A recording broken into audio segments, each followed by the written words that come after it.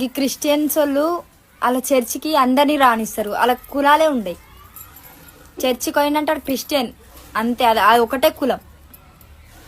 Muslims కూడా వాళ్ళు దర్గాకు పోయారంటే ఒకటే కులం, ముస్లిం కులం. వాళ్ళ దాంట్లో కులాలు ఉండయి. కానీ తెలుగోడికి ఎన్ని కులాలు, ఎన్ని రంగులు, ఎన్ని కులాలు, రంగురంగుల ప్రపంచం మనది. ఒక గుడికి పోవాలంటే కులాలు చూస్తారు.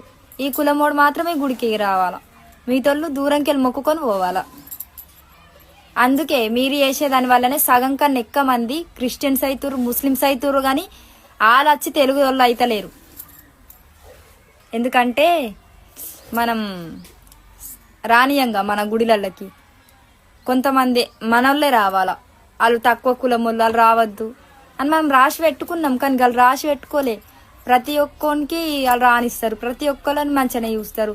అందుకే అందరు మారుతురు, ఆ కులాలకు కన్వర్ట్ అవుతురు.